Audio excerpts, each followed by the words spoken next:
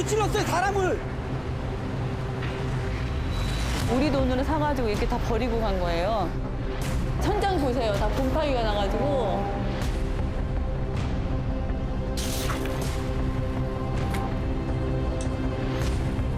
바퀴벌레 나오고 곰팡이 폈다 이래 사서 진짜인지 보러 온 거예요. 그건 제 거고요. 피를 토하는 심정으로 있다. 이제 그러니까 피토해 죽어. 딱 그 말을 듣는 순간 저는 이 분양용 호텔이라는 거는 저는 정말 괴물이라고 생각해요. 누구나 유혹에 빠질 수 있어요. 매년 몇십억씩 줘야 되는데 안 줘도 돼요. 법인 바꿔치기는 다시 착복할 수 있어요. 그것도 합법적으로. 누가 모니터링 한다거나 뭐 문제가 생겼을 때 개입한다거나 그런 장치가 사실상 거의 없다라는 사소한 문제, 재테크의 문제 이런 걸 이제 치부하다 보니까 여기 결부되어 있는 많은 사람들이 고통을 겪게 되는 거고요.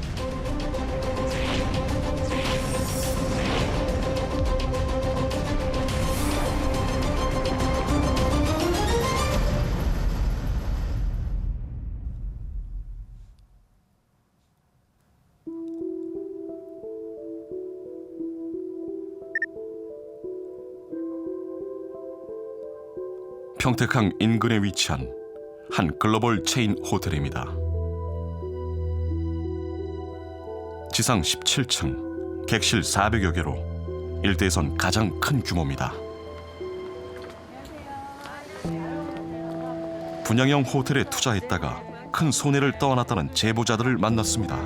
제주도에도 객사에 관객권이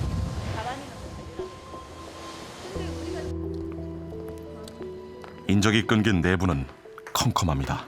파산해놓고 전기세를 안 내가지고 4월부터 전기가 끊기고.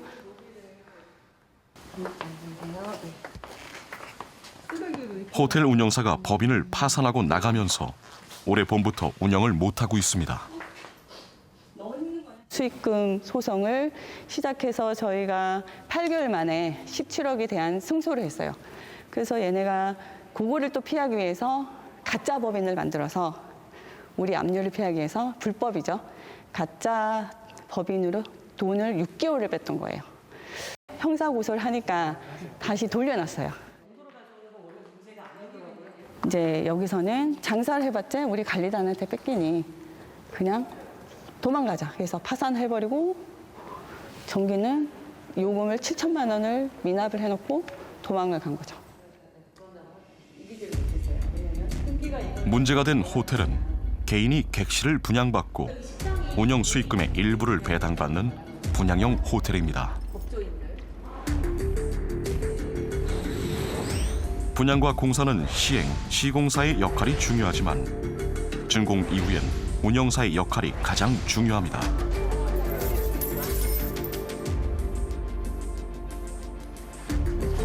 운영사가 수익금을 제대로 지급하지 않아 분쟁이 발생하는 경우가 대부분이기 때문입니다. 수익금 반환 소송을 시작할 때만 해도 피해자들은 이렇게까지 진흙탕 싸움이 이어질 거라 예상하지 못했습니다. 3년간 진행했던 소송만 23건에 이릅니다. 그 대표 면담을 했는데 여기 김 대표가 이 세상에 계약서 다 지키는 사람이 어디 있어요? 약속은 깨라고 있는 거예요. 네, 그렇게 말을 하는 거예요. 23건 소송을 하면서 정말 그동안 내가 몇십 년 동안 살면서 경험하지 못했던 거를 3년 동안 다 경험을 했어요. 정말. 끝없는 악몽이고 우리 소유주들도 뭐 이루 말할 수도 없고.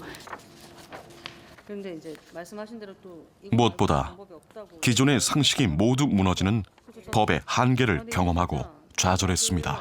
티는 안 내지만 이거를 사기죄로 집어넣기 위해서 그렇게 백방으로 뛰어다녔는데 그게 법에서는 사기가 아닌 거예요. 근데 거기서 또 받는 상처감, 울분, 그런 사기꾼들은 너무 잘 먹고 잘 살고 떵떵거리고 사는데 우리 피해자들 300명은 맨날 피땀 흘리고 막 앓고 속 앓고 그렇게 살고 있죠, 몇 년을. 전 운영사 대표가 운영하는 다른 법인들의 미지급된 수익금을 청구해봤지만 현재의 법으론 불가능했습니다. 저는 너무 놀란 게 이렇게 법인을 7개인가 8개를 만들어놔서 모너다리 같이 대표이사는 다 똑같아요. 하나 털고 부채 이만큼 해놓고 털어버리고 또 다른 법인 옮겨 타고 이게 눈에 보여요. 눈에 보이는데 법에서는 이거를 처벌을 하기가 너무 힘든 거죠. 운영사에 17억 채권이 있거든요. 근데 이거는 파산을 했으니 돈을 10원도 못 받는데 이 사람이 가지고 있는 다른 법인은 너무 잘 돌아가고 있거든요.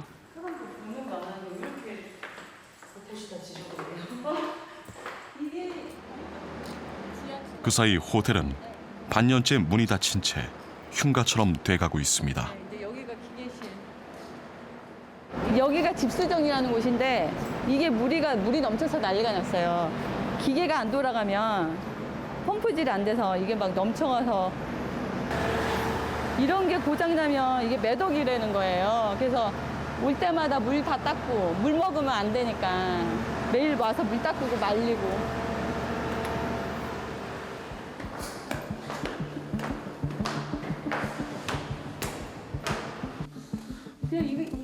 힘들게 시간을 쪼개 호텔 관리를 하고 있지만 언제쯤 다시 정상으로 회복될지 기약이 없습니다. 어쩔 수 없이 호텔 관리를 떠하는 피해자들. 파산하고 나가버린 전 운영사와의 분쟁은 계속 이어지고 있습니다. 빚이 너무 많고 우리한테 계속 쫓기니까 없애버리고 날려버리고 바지 사장을 내세웠어요. 그러니까 여기 지배인이었던 라는 전 지배인을 바지 사장으로 내세워서 만들어놨죠. 전 운영사 대표는 관광객 감소로 영업이 어려워져 어쩔 수 없이 파산했고 고의는 아니었다는 입장입니다. 계약대로 빼지 못한 부분이 있다는 거예요. 그런데 부인하지 않아요. 어쩔 수 없이 못 지킬 때는 채권자도 채무자를 어느 정도 이해를 해주고 그 상황을 이해해주고 협의를 봐주잖아요. 입을 안 못된 놈으로만 뭐라 하는 거예요. 아, 전기가 나서 마스터피가 안 돼서? 결국 뚜렷한 해결책을 찾지 못한 채 갈등만 깊어지고 있습니다. 저는 정말 죽어서도 이 평택 하면 눈이 딱 떠질 것 같아. 죽어서도 관뚜껑 뚫고 나올 것 같아. 너무 힘들고 너무 이렇게 원한이 쌓여가지고 도대체 그럼 우리는 어디 가서 이런 피해를 호소를 해야 되는지.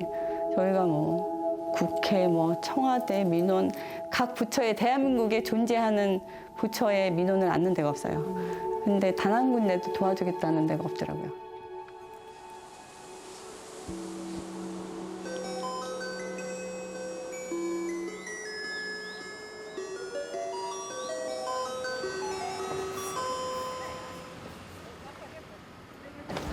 안녕히 계세요. 네.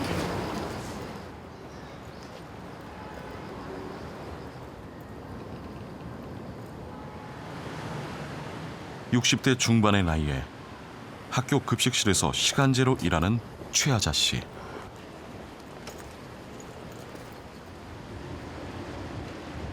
고된 일과를 마치고 퇴근하는 길은 언제나 몸이 천근만근입니다.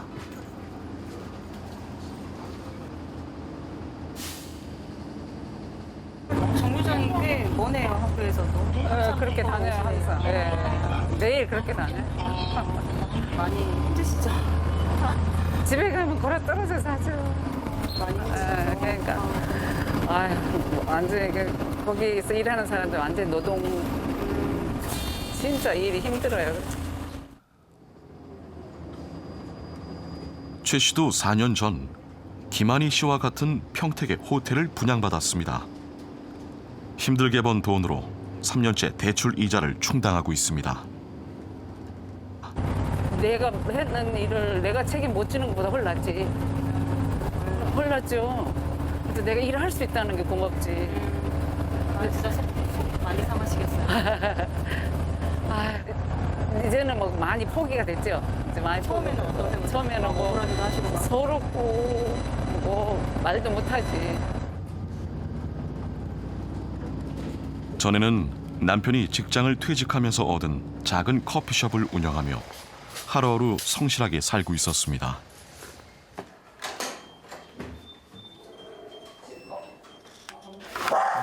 이게 작업복이에요.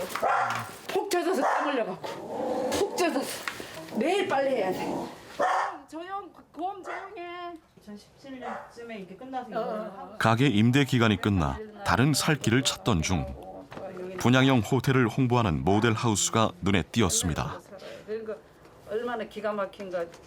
이거 하기를 이제 했는데 요 지하철 요 출입구 나가면 바로 그 매봉역 나가면 그 호텔 모델 하우스가 있었어요. 노후 대책하라고 분양 호텔 받아서 그거 임대 받아서 노후로 살으라 이거예요. 평소라면 돈이 없어 엄두를 내지 못했겠지만 마침 아버지의 유산으로 받은 목돈이 있었습니다.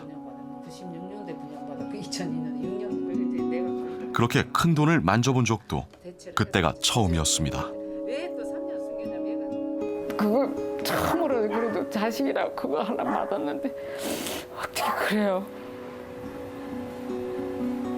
그게 제일 속상해요. 아니 내가 벌어서 그게 괜찮아요. 내가 벌어서 못 그런 건데. 그래도 아버지가 막 선물이라고 이거 하나 딱 줬는데 차라리 매달 들어오게 이렇게 임대를 받으면 좋겠다 이 생각을 했지 다른 건 없지. 목돈이 없어질까 싶어서. 그 맨날 계속 오빠 동생들 아버지가 남긴 유산에다 대출금을 보태 1억 9천만 원짜리 호텔 객실을 분양받았습니다. 대출 이자만 한 달에 50만 원. 재산세와 관리비까지 모두 최 씨가 감당하는 몫입니다. 그렇게 3년을 버텼습니다. 이게 잘못되면 안 되잖아요. 그게 제일 힘들지. 어떻게 해서라도 이자 물고 잘 되기를 바라야 되잖아요. 그래 이제 아버지가 용서할 것 같고. 그래 용서할 것 같아.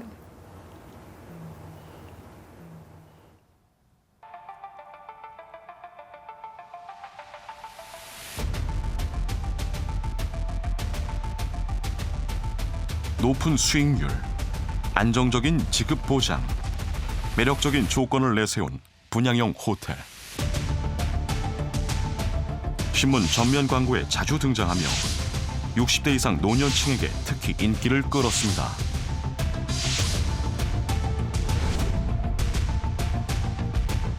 다달이 수익금이 들어온다니 노후 대비를 위해 너도나도 분양을 받은 겁니다.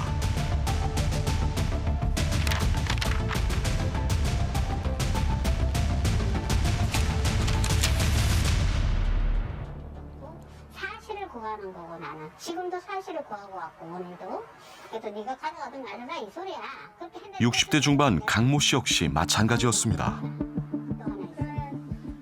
은퇴를 하면 남편 연금에 호텔 수익금을 보태 생활하려 했습니다. 처음엔 형편에 맞게 객실 하나만 분양받으려 했는데 시행사에서 대출을 많이 해주겠다며 여러 개를 분양받으라고 권했습니다. 손에 보려니까 이렇게 된 거겠지. 머리가 이렇게 돌아가고 간 거야. 그래가지고 갔더니 1억 3천짜리가 75만 원씩 준다는 거야. 75만 원 한 달에. 그래가지고 3개를 하고 75만 원 크짜리 1억 3천에 2개를 또 더한 거예요. 응? 1억 3천짜리 8천 원 해주니까 내 돈은 조금만 넣어도 되잖아. 5천 정도. 그러니까 하나 할 돈으로 3개를 하게 되는 거야, 이렇게. 그렇게 분양받은 객실이 이 호텔만 5개입니다. 부동산을 하면서 왜 그걸 모르냐 그런데 나는 부동산 하면서도 이런 사기성의 정신을 가지고 나는 해본 적이 없어요. 날 보고 바보라는 거지.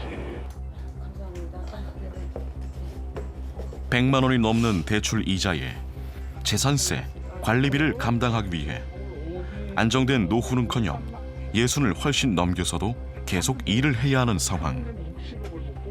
약속했던 수익금은 2년 전부터 한 푼도 안 들어오고 있습니다. 그때부터 내가 이제 병이 온 거야. 재작년부터 이제 불안증 이런 거. 응? 그래가지고 이제 불안증, 우울증 그 약을 이제 재작년부터 8개월을 먹었어. 너무너무 심해가지고 여기 아파서 말도 못 하고 밥도 못 먹어. 이렇게 저걸로 수술 넣어서 또 생겨야 돼. 이 혀가 안 돌아가니까 밥을 못 먹겠더라고.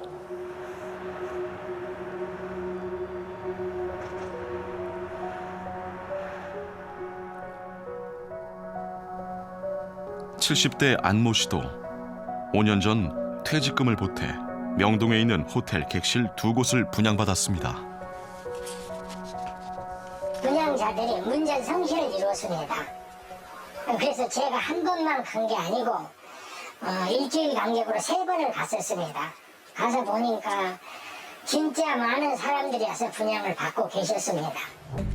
제가 받을 때까지는 정말 자신했고요. 또 그 7%가 나온다고 하니까 노후에는 전혀 문제가 없을 것이라고 저는 믿었습니다. 운영사는 메르스와 사드 사태 때문에 관광객이 주로 할 수 없다며 약속한 수익금을 제대로 주지 않았습니다. 형편이 나아지면 돈을 주겠다는 말을 믿고 기다린 지 벌써 4년째. 결국 가족과 모든 것을 잃었습니다.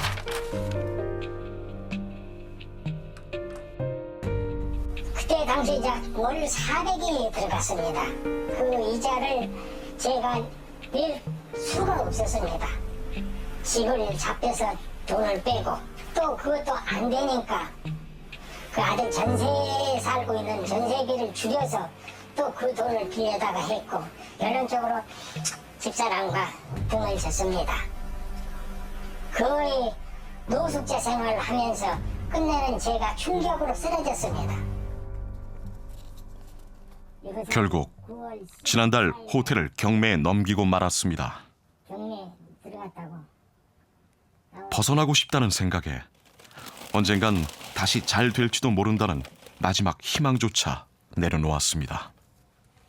빨리 경매를 처분하고 낙찰이 돼서 끝나고 그냥 거기서 벗어나고 싶습니다. 그 굴레에서. 호텔에서 그냥 이름을 빨리 지우고 싶습니다. 그것뿐이 없습니다. 그 달달이 은행에서 대출이자 안 낸다고 전화 오지 문자 오지 그 사람이 살 수 있는 일이 아닙니다.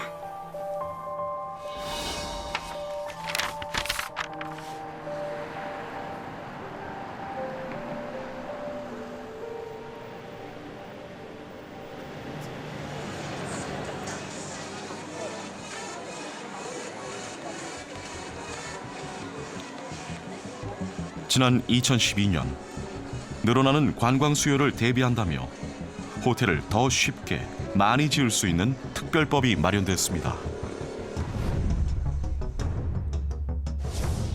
정부가 필요성을 강조했고 당시 집권 여당이 주도해 40여 명의 의원이 공동 발의해 마련한 법안이었습니다.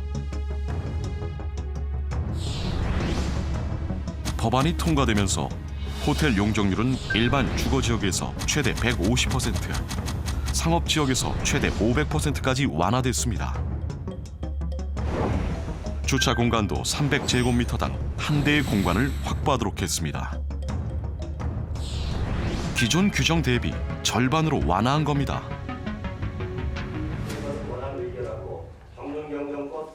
호텔 용도로 공유지를 빌려줄 경우 땅값도 절반으로 감면받을 수 있었습니다.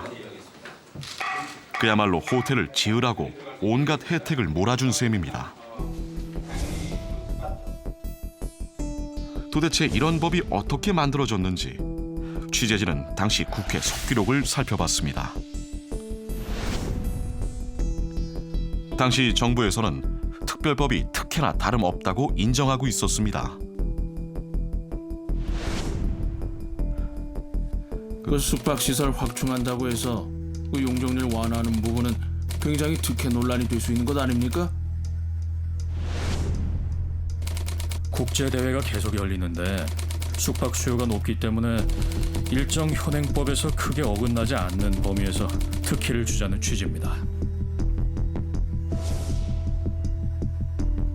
규제 완화로 호텔이 과잉 공급될 거란 우려는 당시에도 거론됐습니다. 특례 조항 때문에 무분별하게 증가할 경우 투자자들이 손실을 입을 경우가 생기지 않습니까? 수요가 높기 때문에 공실화되지 않을 것이라고 저희는 확신합니다. 민간 투자자들이 스스로 판단을 할 수 있으리라 생각합니다. 정부는 수요가 높을 거라 자신하며 우려를 일축해버렸습니다. 그런 문제점들은 인식하고 있었고 그런 지적을 좀 했던 것 같아요. 정부하고 조율을 해서 조윤선 의원한테 대표 발의해 주도록 요청을 하지 않았나 싶은데요. 특별법 제정에 가장 적극적으로 나섰던 사람은 당시 문화체육관광부에 있던 신용원 관광산업국장입니다. 이후 문체부 실장을 거쳐 현재 유명 로펌인 김앤장의 고문으로 재직 중입니다. 관광국장으로 계시던 시절에 그 호텔 관련 특별법 그 제정 당시에 여쭤볼 게 있어서 좀 전화드렸거든요. 그게 뭐 몇 년도인지 기억이 잘 안 나는데요.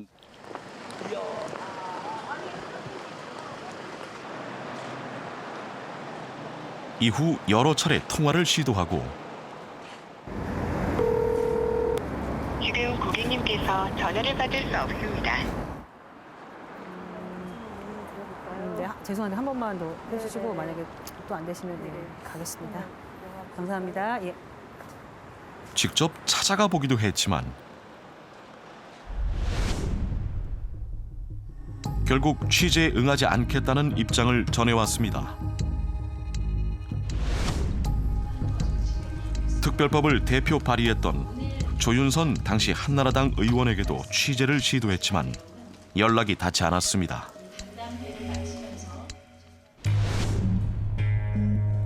법안을 함께 발의했던 박진 의원은 정부 법안 비슷하게 조윤선 의원이 대표 발의했고 당 차원에서 참여했을 뿐 내용에 대해서는 잘 모른다고 답했습니다.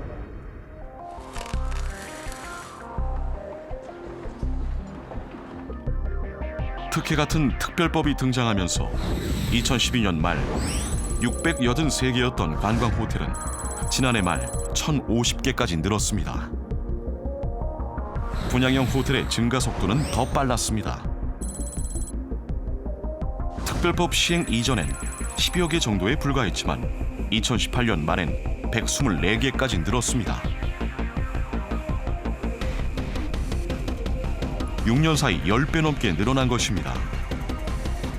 전국 분양형 호텔 연합회 자체 추산으로는 현재 150개가 넘습니다. 특별법으로 이제 호텔들이 많이 젖었는데 이 당시 이제 변에 큰 차이가 있다면 호텔을 짓는데 필요한 자금을 누가 댔느냐라는 점에서 큰 변화가 나타났어요. 호텔 공급이 증가하면서 그 필요한 자금들을 개인들이 많이 이제 개인들을 통해서 조달한 건데 대부분 분양까진 순조롭게 진행됐습니다. 하지만 준공 이후 본격적인 수익 배분 단계에 들어서면 잠재돼 있던 문제들이 수면 위로 드러나기 시작했습니다. 수익률과 관련해선 운영사의 역할이 중요한데 계약 단계에서 운영사의 중요성을 제대로 인식하지 못한 것입니다. 운영 수입에 의존을 하는 수익형 부동산이기 때문에 운영사가 사실 가장 중요합니다. 운영사. 좋은 운영사를 선택하려면 아무래도 개발 수익에서 어느 정도 일정 부분 또 비용이 나갈 것이고요. 디벨로퍼 중에는 내 수익만 창출하면 되지 굳이 뭐 지속 가능 그러니까 수분양자들의 그 수익까지 내가 책임질 필요가 있느냐. 운영사는 대부분 분양 단계에서 시행사가 선정을 하는데 그 과정에서 각종 꼼수도 등장합니다. 운영사가 대부분 시행사가 만든 페이퍼 컴퍼니예요. 실제로는 뒤에서 시행사가 운영하는 거나 마찬가지인데 법적으로는 법인을 별도 만들어서 법적 책임을 회피해 나가는 수단에 불과하고요. 이 운영사가 운영 능력이 없어요. 운영 능력이 부족하기 때문에 결국 수익금을 발생할 수도 없고요. 더 큰 문제는 이 모든 것을 감시, 견제할 수단이 없다는 것입니다. 현행법상 운영사는 회계장부 등 내부 자료를 수분양자에게 공개할 의무가 없습니다. 운영사의 도덕적 해이를 감시할 수 없다 보니 대부분 속수무책으로 당하고 있습니다. 이게 법적 제도적인 장치가 전혀 없어요. 그럼 어떻게 손해가 나는지에 대해서 회계를 좀 공개해달라. 그런데 그거는 법적으로 공개 의무 제도가 없기 때문에 시행사나 운영사가 그 회계 사항을 공개하지 않고 있습니다. 정보의 불균형이거든요. 시행사하고 운영사, 신탁회사 여기는 정보를 다 가지고 있잖아요. 그러니까 거기 우리는 정보에 접근할 수 없고 공개를 요구해도 공개할 의무가 없어요. 이 때문에 대부분의 피해자들이 수익금 반환 소송 등 법에 의존하고 있습니다. 124곳 중 단 한 곳을 제외하고 모두 소송전을 벌일 정도로 문제가 심각했습니다. 하지만 책임을 피하기 위해 운영사가 법인을 파산하거나 자금을 다른 곳으로 빼돌리면 소송에 이겨도 소용이 없습니다. 자본과 운영이 완전히 분리되고 또 소유와 운영도 분리되는 문제니까 그 중간에 이제 개발업자들은 소위 말하는 먹튀가 가능한 구조라는 거거든요. 그다음에 이걸 아무도 모니터링하거나 컨트롤하지 않았던 그런 상황, 이런 것들이 이제 공급 과잉이 의심이 되는 상황에서도 계속 공급이 될 수밖에 없었던. 허점을 노려서 리스크도 없고 수익은 어마어마하죠. 보통 정말 작은 호텔들이 한 300억 정도 하고요. 큰 호텔들은 1,000억에서 2,000억 정도예요. 거기서 뭐 한 10%만 만약에 수익을 난다고 해도 100억에서 200억이 왔다 갔다 하는 사업이에요.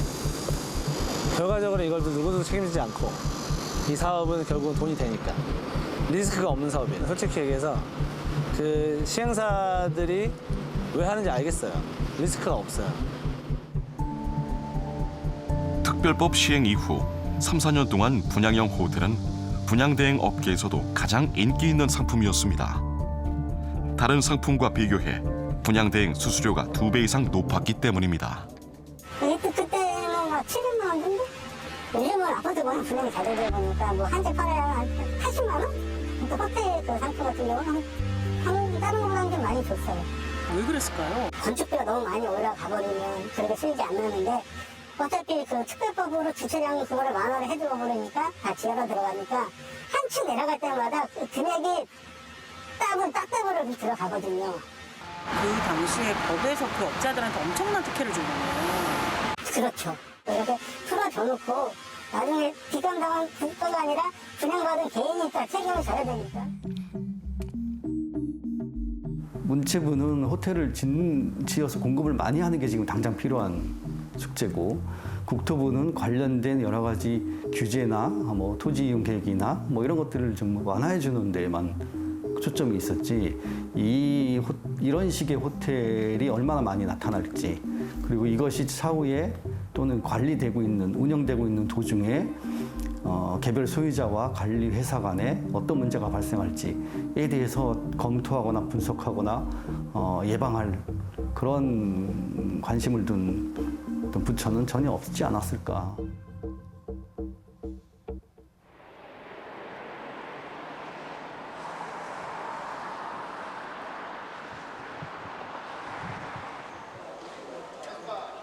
공급이 넘쳐 포화 상태인 분양형 호텔의 문제점이 가장 심각하게 드러난 지역은 제주입니다.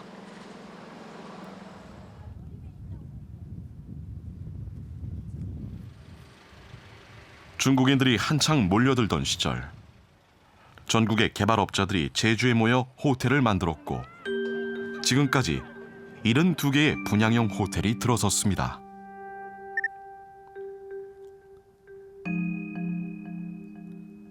이정수 씨도 제주가 호황을 누리던 시절 호텔 객실 하나를 분양받았습니다.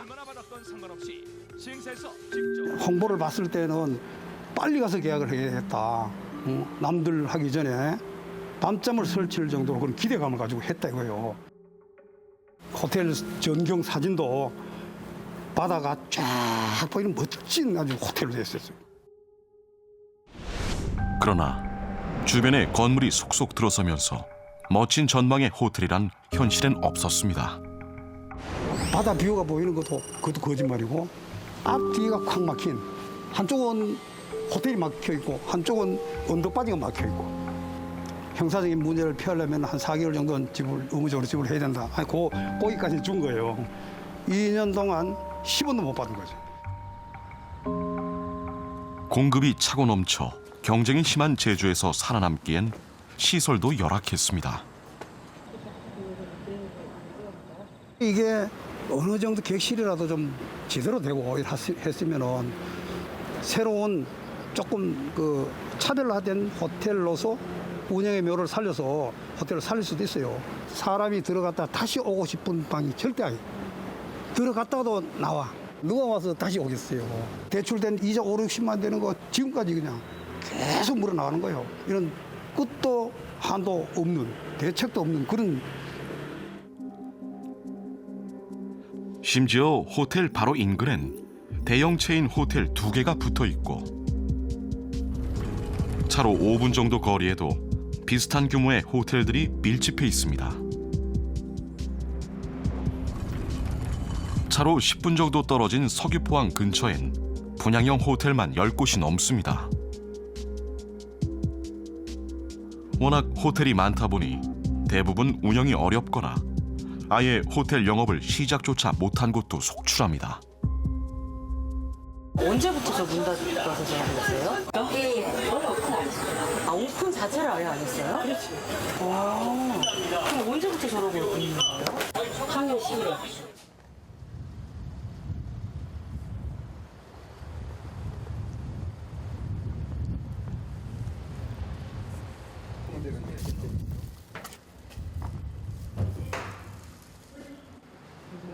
나가못 걸렸어요. 업체를 계속 걸려있어요. 100억이요? 지금 한 1년 6개월 정도 문 닫힌 채로 좀 있었다고 하던데. 2년 됐죠. 2년이요? 네, 2년이 넘었죠. 아하. 과잉 공급 문제가 전국 곳곳에서 심각한 상황이지만 분양형 호텔 사업은 여전히 진행 중입니다. 취재진은 직접 분양 상담을 받아봤습니다. 높은 수익률에다 유명 글로벌 호텔에서 직접 운영을 한다며 다른 곳과 차별성을 강조합니다.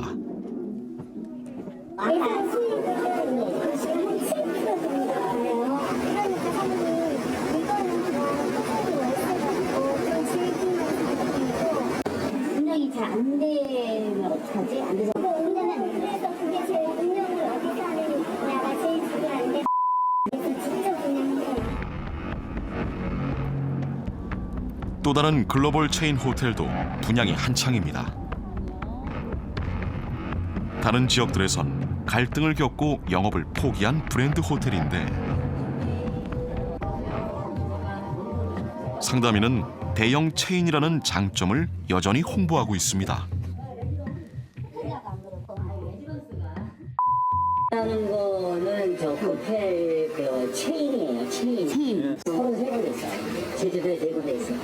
내가 운영을 못 하잖아요. 그러면 누가 업체, 전문 업체한테 맡겨서 운영을 해야 될 거 아니에요. 모델 앞서 여기 있어요?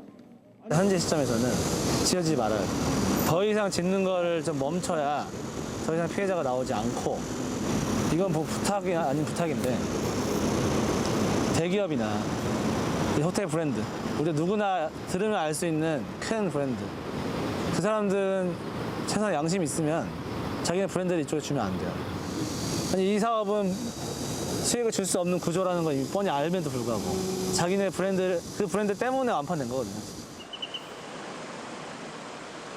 호텔 브랜드 본사도 이런 문제를 다 알고 있었습니다. 일부 시행사나 운영사의 일탈로 갈등이 잇따라 안타깝지만 자신들과는 상관이 없는 일이라고 선을 그었습니다.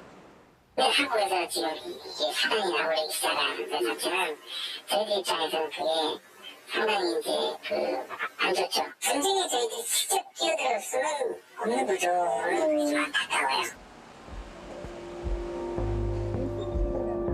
현재 분양 중인 사업자들은 실패한 기존 호텔들과 달리 자신들은 안전한 사업이라고 주장합니다.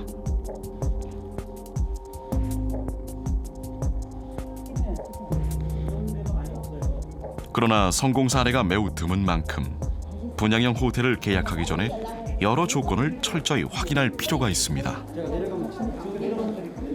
우리 수분양자분들께서는 그 호텔을 분양하는 시행사 또 운영사 이 회사의 두 회사의 실적을 꼭 체크하시고요.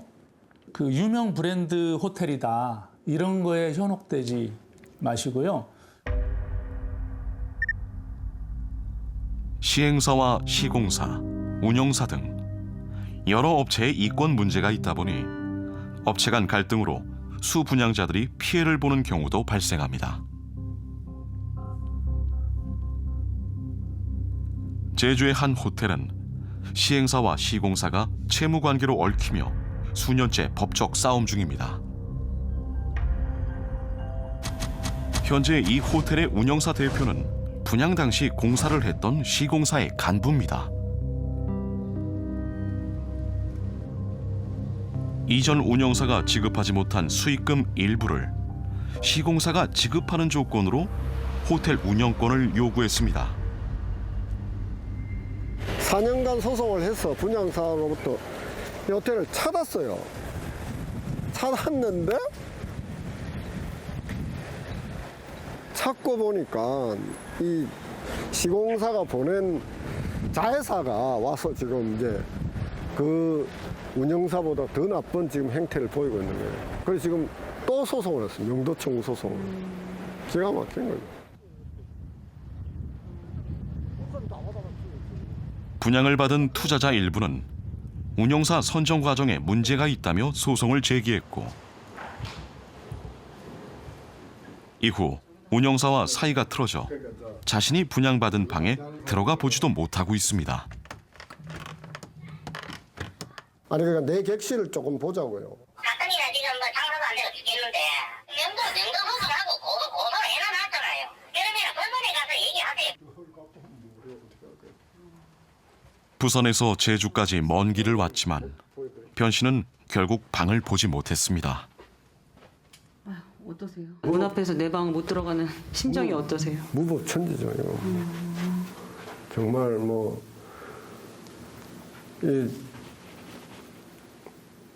이 호텔에 들어간 돈은 전부 소유자들이 다 내고 460억을 해서 이렇게 호텔을 이게 다 분양받은 이제 소유자들인데 지방에 지금 들어가 볼 수도 없는.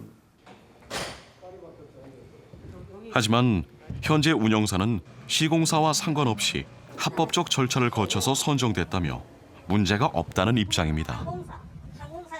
뭐 감사를 사칭해서 뭐 사기를 쳤다 그러는데 그건 난 모르겠고. 그러면 그 건설사와는 무관하게 이거를 운영하고 계시다. 당연하죠. 나를 상대로 해서 본인 거 명도소송을 해두고 그다음에 본인이 날 고소를 했으니 거기에 대한 처분 결과에 따르겠다는 겁니다.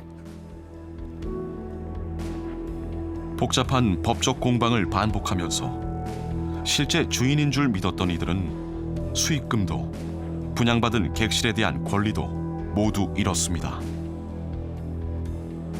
돈은 내가 주고 샀는데 이 호텔 주인은 249명이란 말이에요.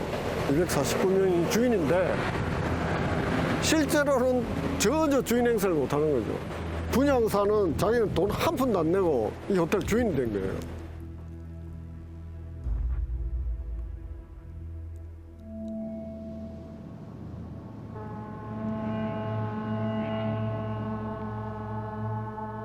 인천 영종도에 있는 한 분양형 호텔도 지난해부터 수익금 문제 등으로 갈등을 겪고 있습니다. 지급을 안 해가지고 거기에 인한 이제 제가 소송을 제기를 하게 된 거죠. 수익금도 주지 못한 입장에서 우리들한테 명도비라는 돈을 요구를 했어요. 이 건물에 이 객실에 관한 비용. 그러니까 저희들한테 줄 돈은 안 주고 명도비라는 명목으로 돈을 요구를 하니까 저희들이 이제 감정이 굉장히 격해지고 이제 서로가 이제 갈등이 심하게 된 거죠. 어렵게 피해자들을 모아 직접 운영을 해보려고 했지만 그마저도 쉽지 않습니다.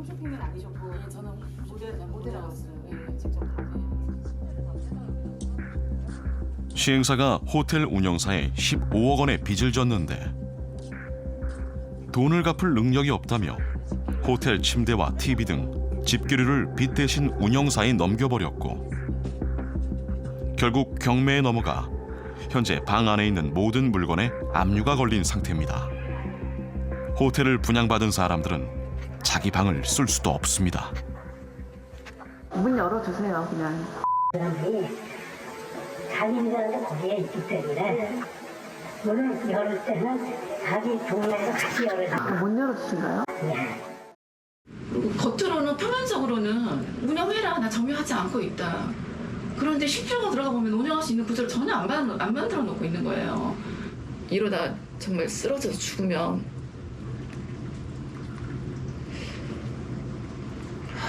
죽을 수도 있겠다, 그런 생각이 들어요. 죽을 수도 있겠다. 근데 이제 멈출 수가 없는 거예요. 이런 거를 운영하는 시행사나 최초에 분양했던 사람들은, 왜냐면 이런 형태가 너무 똑같아요. 아무것도 모르는 심리를 이용해서 계속 지치게 만드는 거죠. 심지어 이 호텔의 시공사는 하청업체 대금도 지급하지 않아 소송이 걸려 있습니다. 가구업체 대표 권모 씨는 납품 대금 3억 5천만 원을 받지 못했습니다.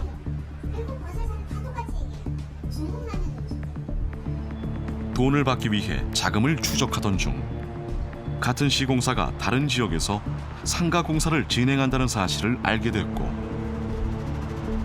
그 현장의 공사비에서 밀린 대금을 받으려 했습니다.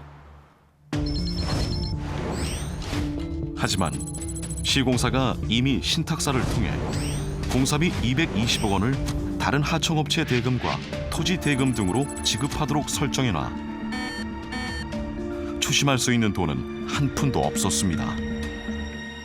재료를 딱 맞춰놨어요. 재료를. 그래서 정말 만원하장 건설에 출심을 해서 받을 수 있는 돈이 없는 거예요. 이거 너무 수상하다. 이제 우리의 어떤 채권 추심을 피하기 위한 거다. 그래서 사실은 경찰에 고발했어요. 여기 이제 배임에 대한 수사 나오네요. 이미 다른 하청업체들은 대부분 돈 받기를 포기했고 일부만 남아 소송을 이어가고 있습니다. 일한 거에 대한 비용은 줘야죠. 제가 재판부 서면에 항상 써요. 우리 정말 성실하게 일했다. 이 더운 여름에 원래 공사 현장은 에어컨도 없잖아요. 에어컨 없는 데서 한 달, 두 달을 일하겠다. 응? 그런데 어떻게 돈을 번 신탁사나 건설사들은 떵떵거리게 정말 벤츠나 외제차 타고 다니면서 일을 하면서 그 열심히 일한 사람들은 왜 이렇게 정말 허덕이면서 소송을 해야 되고 왜 이렇게 많대요.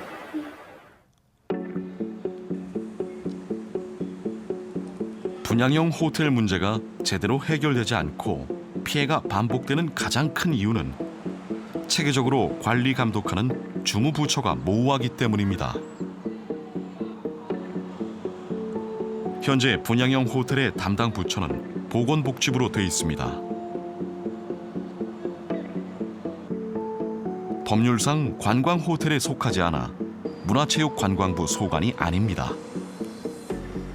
관광호텔이 아니라고 해서 호텔로 이용하고 있는데 우리 부처 일이 아니다. 이렇게 얘기하는 건 굉장히 무책임하다고 생각이 들고요. 사실은 문체부의 의견으로 호텔 공급을 활성화할 수 있도록 규제 완화를 해줬는데 형식이 관광호텔이 아닌 것이라고 해서 관리를 안 하겠다. 이거는 처음부터 잘못된 거라고 보고요.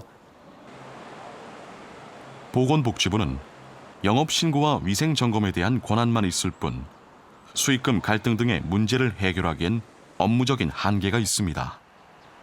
분양형태 관련해서는 민원이 계속 꾸준히 들어오고 있고 합법인 그런 이해관계가 얽혀있는 데다 보니까 제가 그런 부분까지 뭔가 거의 복지부를 보내서 해결을 해줄 수는 없을 것 같다는 판단이 드는데 이 때문인지 제대로 된 통계도 찾기 힘듭니다. 현황 파악도 제각각인데 제주도는 분양형 호텔을 따로 분류하지만 경기도나 인천시는 따로 통계를 관리하지 않습니다.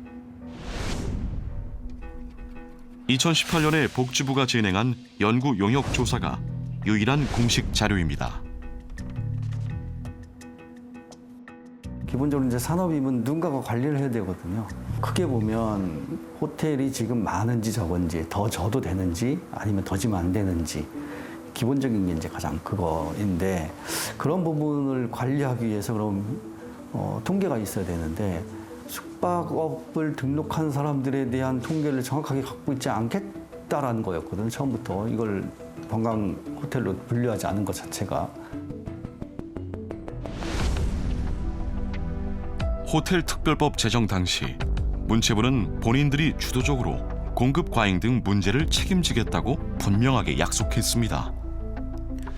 호텔 난립과 지역 관광 활성화를 위한 특단의 대책을 정부가 의지를 갖고 마련하는 것을 전제로 하고 법을 통과시키시죠.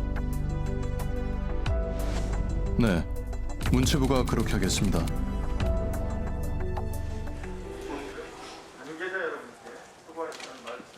구 년이 지난 올해 국감장.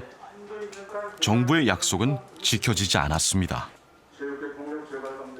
분양형 호텔은 2012년에 1월 달에 이명박 정부가 추진했던 관광시설 확충을 위한 특별법의 영향으로 활성화되기 시작했죠.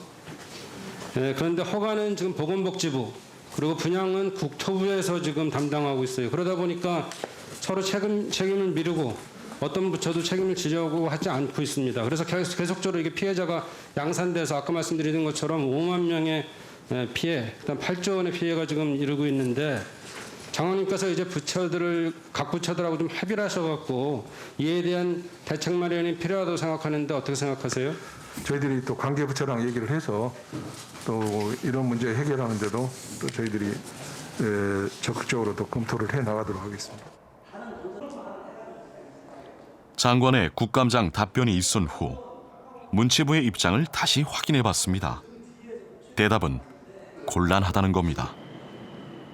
일단은 법령도 그렇고 숙박업 전당이라는 그 이유로 이제 협의를 할 수 있는 여지가 있는지 확인은 해보겠지만, 저희가 뭐 이렇게 주도해서 사실 이렇게 할 수 있는 상황이 될지는 좀 협의를 해봐야 될 것 같아요. 무엇보다 개발업자의 도덕적 해이를 감시, 견제할 수 있는 제도적 보완이 시급합니다. 현재 견제 수단은 허위 과장 광고를 단속하는 정도인데, 사업 단위마다 몇백억 원씩을 벌어들이는 업자들 입장에선 최대 1억 원 수준의 과징금은 별 실효성이 없다는 지적입니다. 현재 호텔에서 과장 분양 광고와 관련해서 몇 가지 사례들이 있는데요. 실제로 한 것은 허위 표시 명령제도 또 경고 이 정도에 불과합니다. 이건 아무것도 아닙니다. 이거는 그냥 주의에 불과하지 법적으로 아무런 그 시행사나 운영사에게 어떤 법적인 의무를 주는 제도가 아니거든요. 사정이 어려워서 어쩔 수 없이 돈을 못 줬다. 고의가 아니다. 취재진의 물음에 운영사들 입장은 모두 한결같았습니다. 개발업자는 분양하라고 떠나면서 도덕적 해이를 그냥 그렇게 보여준 것이고, 운영을 하는 사람들은 또 운영하는 사람 나름대로 또 도덕적 해이가 일어나죠. 왜냐하면 감시 체계가 없거든요. 그걸 누가 정기적으로 감사를 하는 것도 아니고, 운영을 할 때는 수분양자들이 운영에 어느 정도 참여할 수 있는 길을 열어줘야 된다는 거예요.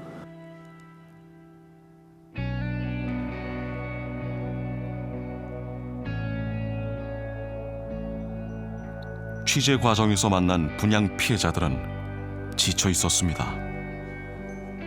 항상 제가 농약을 소지하고 다녔습니다. 죽으려고. 수없이 죽으려고 노력도 했고 물가에도 가고 있습니다만 차마 죽지는 못했습니다. 저도 직장을 갖고 있다가 여기서 고생하고 오만 고생을 다 한 끝에 진짜 지병이 악화가 돼가지고 지금 다니던 생업도 포기를 하고 지금 인생이 완전히 엉망진창이 됐는데, 더 참기 어려운 사실은 똑같은 피해자들이 계속 나오고 있다는 것입니다. 그러니까 이런 거 방송을 자꾸 내면 우리나라 만민이 다 알아가지고 그냥 그런 사람들하고 자기분들이 이제 자리 잡을 수 없게끔 다 만들어야 돼. 더 이상 피해 못다. 우리는 이미 봤으니까 어쩔 수 없어요. 어쩔 수 없고 더 이상 피해자가 나오지 말아야 되지 이제. 더 이상. 허술한 법률과 정부의 정책 실패로 고통을 받게 된 사람들의 외침. 그 원인을 제공한 채 방관해온 정부가 이제는 답할 차례입니다. 사적 자치이긴 하지만 이와 같이 그 대규모의 많은 피해자들이 공통적으로 이렇게 문제점과 또 그로 인한 피해가 있는데 국민을 생명과 재산을 보호해야 될 국가로서 당연히 이 문제를 비록 사후적이긴 하지만 적극적으로 좀 나서서 정책적으로나 제도적으로 적극적으로 보완 정책을 실시해야 될 의무가 있다고 봅니다. 국가로서는요. 그러니까 시장이라는 것은 자연적으로 알아서 돌아가는 게 아니고 규칙을 만들어줘야 되는 거거든요. 규제가 어떤 거래를 위축시킬 수는 있지만 규제하지 않아서 활발한 거래, 그래서 불공정한 거래 이런 것들이 경제에 일시적으로는 도움이 될지 몰라도 장기적으로는 도움이 되지 않는다. 지속 가능하지 않다.